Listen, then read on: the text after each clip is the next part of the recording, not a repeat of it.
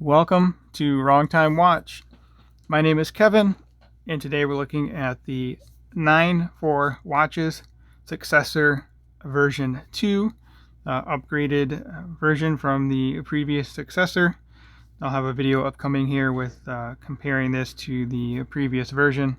So right now you can pre-order this watch for $330. I think the price goes up to $410 or $420. I don't exactly remember, but I'll leave a link in the description to this particular watch and then also all the Successor models. There are 8 different models with 4 different colorways. You can get ice blue, salmon, olive green, or midnight blue. I think I would go with the ice blue, but this green is not too bad. I prefer blue over green, but that's obviously just personal preference. And I mentioned there's 8 of them, and that's because you can get it with all 4 colorways with date and without date. I, of course, would go without date, but this looks good. And actually, this date window, it looks to be silver. I don't know if that's white or silver, but it looks a little bit different than just a plain white date wheel. Maybe it's my eyes, I don't know, but it looks silver to me. Anyway, you can be the judge of that. So since we're here, take a closer look at this cool dial. It's not quite guilloche, but it looks good. I'm going to say that these dials are stamped with this pattern. It's kind of a concentric ring pattern, and then the pattern gets smaller as you get towards the center of the watch, so it almost looks three-dimensional. So very cool. So yeah, so you can see this one has the date window, and you may notice a smooth sweep on the second hand. It has a Miyota 9015, and then the no date versions have the Miyota 9039. So very nice with the good movements, and then I like that the no date does not have a ghost date position. Yeah, so this is a prototype, so some things may be different in the production model, and one of those is the crown. The crown will be a little bit smaller than what it is currently, and I think that's a great idea. The crown does look a little big on this watch because of the thinness of this mid case here. So we have a mixture of brushed and polished surfaces. Really just a chamfered edges polish, and then the edge of the bezel. So yeah, very cool. Let's take a look at the movement too, since we're zoomed in. So as I mentioned, the Miyota 9019 looks like it's customized. It has the 9-4 logo on there, and a little bit of finishing to that rotor and the movement there. So yeah, very cool. Let me zoom back out.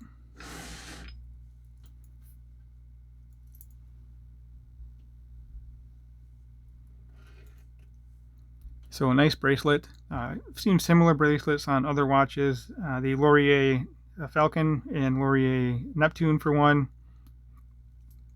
Very comfortable bracelet. And this one here, it does look like an integrated bracelet watch, but really it's not. You can remove this bracelet and you can put any other bracelet on here you want with the straight end link, or you can put it on some straps. I'm going to try and get it on some straps here before I have to send this watch off to the next guy. I think it'll look really good on some leather straps or maybe even FKM rubber. No, I'm not going to put it on a NATO strap. I might, maybe not. I don't know. We'll see. So yeah, very cool. Oh yeah, so when you do the pre-order, you'll see on the website that these watches, the production models, will ship in fall of 2022. 316L stainless steel, flat sapphire crystal with AR applied to the underside. I'm a big fan of flat crystals nowadays. Box crystals and dome crystals look cool, but for me, it's much easier to read the time with a flat sapphire crystal. So we do have an applied logo, applied indices, and it's using Swiss Super Luminova. We'll check out the lume here in a few minutes. So yeah, solid end links, solid links, milled clasp here. This portion is stamped. This portion is stamped. I would prefer it without the safety clasp, but you know, it serves a purpose. And then it has the logo there again. Also, this watch is sized, or the bracelet is sized using split pins, and I did talk to the owner, and that will be in the production model as well. Actually, I was a little confused because I didn't see any arrows on here, so I kind of assumed that it was a screw pin. And they got my magnifiers on, and yep, I can see a little bit of a screw head in there. Get the screwdriver in there, and it wasn't working. So they are split pins. Not a big deal. It's easy enough to size. So I would rather have just normal split pins versus roll pins. But I do prefer screwed links. Okay, let's talk about the dimensions. This thing wears great, very well on wrist. Real short lug to lug, 44.6. Case diameter is 40. Thickness, thinness, sorry, 10.4 millimeter. It's real thin here, so that's why I said thinness. And lug width 20, and it does taper. It tapers down to 18. I really like to see a taper from 20 to 16, but you know, 20 to 18 is not bad. So yeah, let's get this thing on wrist. Oh, crown size on this one, 6.4, push-pull signed crown, and again, that crown will get a little bit smaller. He didn't specify, so I think that's a welcome addition or a welcome change for the production model. And this watch is really flat, but it's so thin that that's fine. It's kind of the style anyway. Looks like a Audemars Piguet Royal Oak, maybe Vacheron Constantin, the new 222 kind of looks similar like this. Well, new, reissued, I guess it is, but anyway, getting off track here. Let's get this on wrist. Real quick wrist check. We're in the Stova Antilla 390, so that's 39 millimeter, but lug's real long on this guy. So anyway, set this off to the side. Oh yeah, got to show that off there. Nice hand winding movement.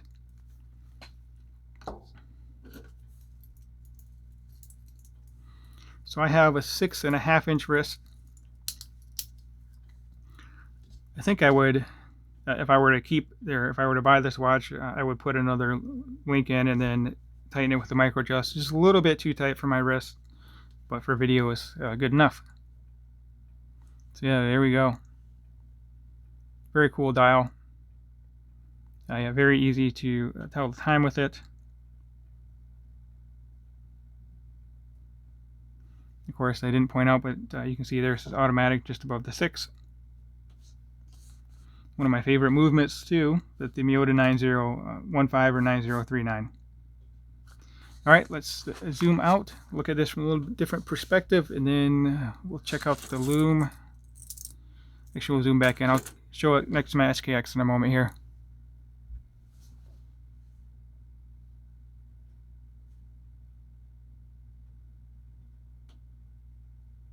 Yeah, nice and thin. Good looking watch here.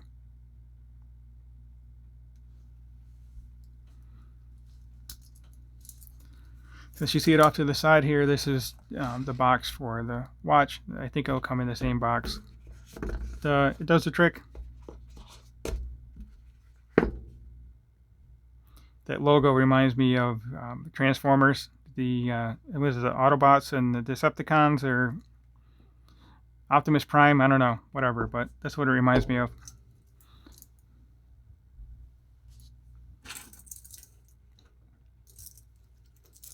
So here we are next to the SKX, just for a size comparison. It is a smaller watch, but due to that large dial, it looks like a larger watch than the SKX. It does have nice short lugs, and the SKX does as well. All right, let's pause the video, and I'll be right back with the loom comparison. All right, so we have the Successor 2 on the left, and of course my SKX 009 on the right. Loom on the Successor it's okay, not nearly as good as the SKX, but again, it's more of a everyday watch, sport watch. It's not a diver, obviously, like the SKX. So loom's not all that important to me, but if it is to you, you may not want to go with this watch, but it could get a little brighter with the production models too. If you have not subscribed yet, please hit that subscribe button and like the video. Leave a comment below. Let me know what you think of this watch. And with that said, we'll conclude this video. As always, thank you for taking the time and thank you for watching.